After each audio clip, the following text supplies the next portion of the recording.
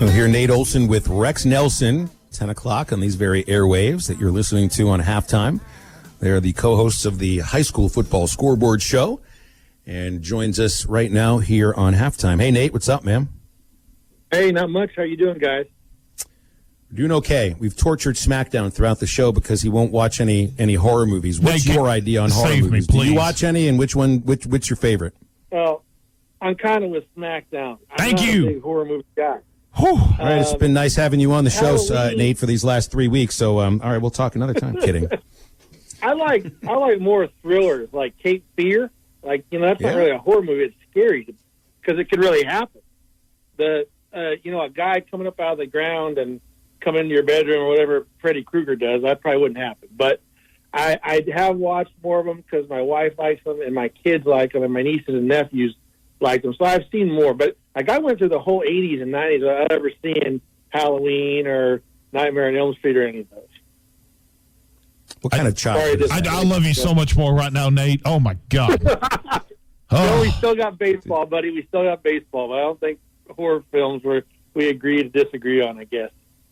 All right, well, let's get into some of the games that happened this past weekend. You had a couple of huge wins for schools in our listening audience. Greenwood defeats Benton. That was huge. And how about Harrison with an overtime victory over Morrilton? Two great games there. Greenwood has gone into that game winning 37 straight games at Smith Robinson Stadium. They make it 38. The senior class has never lost a home game. That's a great statistic. Hunter Wilkinson gave him a big boost at running back. He's been on the shelf injured. 31 rushes for 188 yards, 4 touchdowns. His 48-yard TD just before the half gave them a 28-14 lead. In the first half, the two teams are kind of trading punches. That was sort of the momentum they needed to kind of run away with it a little bit in the second half. They win 48-28.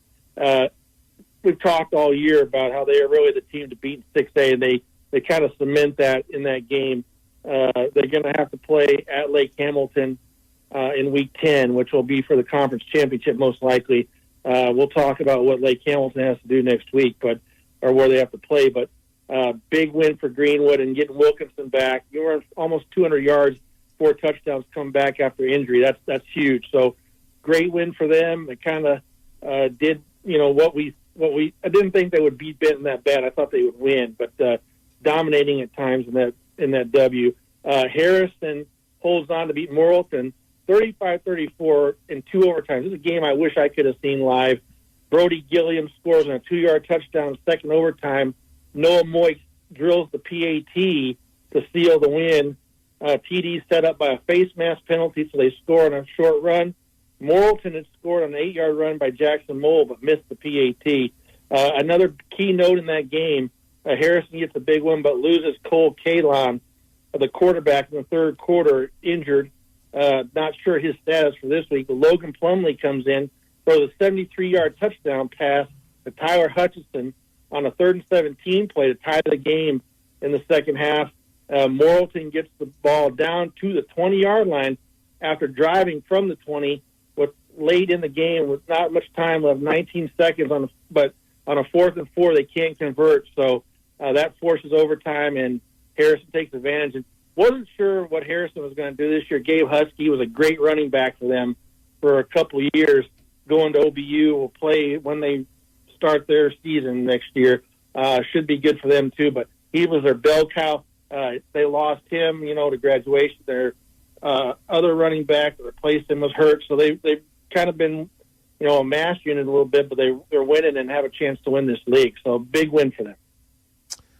Big win for Shiloh in 4A1. Yeah. And they're in the driver's seat now with that victory over Elkins, aren't they? They beat Prairie Grove. They are in the driver's seat. They had to play a tough Prairie Grove team that gave them some trouble a little bit, but they were able to outlast them.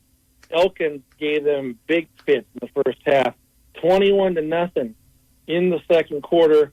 Shiloh scores right before the half on a long touchdown pass, and then in the second half, you figure Shiloh's going to get back in this game with their sophomore quarterback throwing the ball, but it was the exact opposite.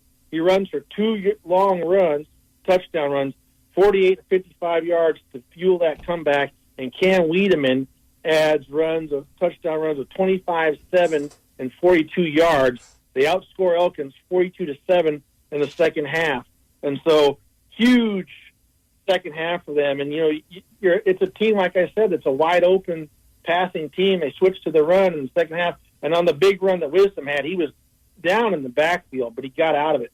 Very talented kid. We talked about how he probably is a big-time, legitimate Division I quarterback, and Elkins was going to be a big test for him defensively. I think they gave him some problems the first half, but when they made some adjustments, used his legs a little bit, he was able to take control of the ball game. And another big game, smaller schools, in 3A, Greenland outlast Cedarville 28-26. And how about this for a stat line? Gabe Wilson, the quarterback for Greenland, totaled 350 yards, and he also had 11 tackles. 16 of 20 passing for 257 yards, ran for 102. Jet Dennis adds 127 yards and a touchdown, the running back. And the great running back of Cedarville, the leading rusher in the state, Daryl Kadich, totals 128 yards and a touchdown as Greenland's able to hold on. They should take second in that league. Look for both of those teams to make some noise in the playoffs. And also wanted to add that I think Elkins will also be a factor in the playoffs and will have a chance to go far. They just couldn't finish that game off, but a great effort against Shiloh. Nate Olson here with us on Halftime. Nate, got some big-time games coming up this weekend. 2 weeks left here in the regular season before the playoffs get rolling here. And I think we're going to might have some conference titles be up for discussions here this week. You got some big games this week. You got Paris at Boonville, Lake Hamilton versus Benton, North Little Rock and Bryant, Russellville at Mountain Home. What of those four games, which one really stands out to you as probably maybe the game of the week? Well, I think my inkling would say Bryant, North Little Rock, but let's talk about this Boonville Paris game first. We'll talk about North Little Rock. Bryant. The thing I like about the Paris game is that Paris was 3-7 last year. They have done a terrific job of rebounding, having a historic season. This is the first time they've been 8-0 since 1956. So not a team that has had a lot of football success, but they're getting it done offensively and defensively. Their quarterback, Chase Watts, he's a junior. That's the good news for them, too. They've got younger, underclass, or not underclass, not seniors that are playing. So he's completed or racked up 896 yards and 15 touchdowns, and he's run for 345 and 10. So he's versatile. He's got a good running back there with him in Duke Walker, and some capable receivers, too. 3 of them, in fact, and Cooper Haley is kind of the leader there. But a lot of weapons on defense. They forced 26 turnovers and have scored on several of those, too. So a very dominant fashion on offense and defense. Boonville, they have the running attack, the flex bone. Doc Crowley has implemented that. And Randon Ray, the quarterback, one of the better quarterbacks in the state running it. And he really does a good job leading that attack. They had 364 yards in the first half last week. So this is going to be an interesting game because you have the wide open nature of Paris's offense against Boonville running the ball. So Boonville's going to try to smash mouth and hold on to the ball. Paris is going to open it up a little bit, try to create some turnovers. So this will be a really good game. But I think if that's 1A, then 1B. And 1A, it's also great that those are 2 teams in your listing area. But a really, really big game is Bryant and North Little Rock. We've talked all year about how North Little Rock and Bentonville would probably be the only 2 teams that could beat Bryant. Bryant is a 2-time defending state champion. They won 24 in a row. The last game they lost, though, October 26th at North Little Rock. They're 0-3 at North Little Rock under Buck James. So trying to get that bugaboo off. They've had so many firsts during his run. This would be another one, winning at North Little Rock. North Little Rock has kind of changed their offense a little bit with the new coach, and they're throwing the ball more. So Kareem Cotton has passed about 275 yards a few weeks ago. They're opening it up a little bit and not just running as much. So that's a little bit different scheme for Bryant to get used to. Last year they were able to shut them down in the state championship game because Kareem Cotton, their quarterback, he couldn't hurt them passing the ball. And now he is better at that. They've opened things up.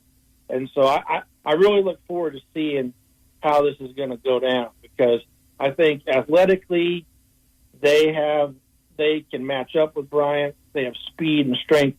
The thing about Bryant is they're so good defensively up front. They make you dictate things up front and force you into bad decisions. And Cotton's going to be really, really challenged. I think it's going to come down to him. If he plays well, they can pass the ball, they're going to have a chance. If he doesn't, then I don't think they'll win. Nate, appreciate your time, man. We'll leave it there. We'll be listening Friday night. Have a good show, you and Rex, as always. Thank you very much. Appreciate it. Thanks, Nate. Nate Olson, co-host, Friday Night Football Scoreboard show. You can hear on all of these radio stations. And, hey, don't forget, if you're watching the World Series tonight, either in a restaurant or at your home, get a hold of Joe's Grill and Cantina. They got specials just for the World Series. Yeah, they got the World Series specials coming back tonight. $5. You can get ballpark nachos, chili cheese fries, queso supreme, and my favorite part, half-price cold draft beers tonight. And for the rest of the World Series, they can do that at Joe's Grill and Cantina. It is also Taco Tuesday at Joe's Grill. You can get all kinds of different tacos. None of them are any more than $3.25. You can have a great choice of tacos over there at Joe's Grill and Cantina. It's Taco Tuesday! Thank you, LeBron. Thank you, LeBron James, for that. You can head to Joe's Grill and Cantina. They are across from Harps at Fort Smith. Give them a call, 479-478-9600.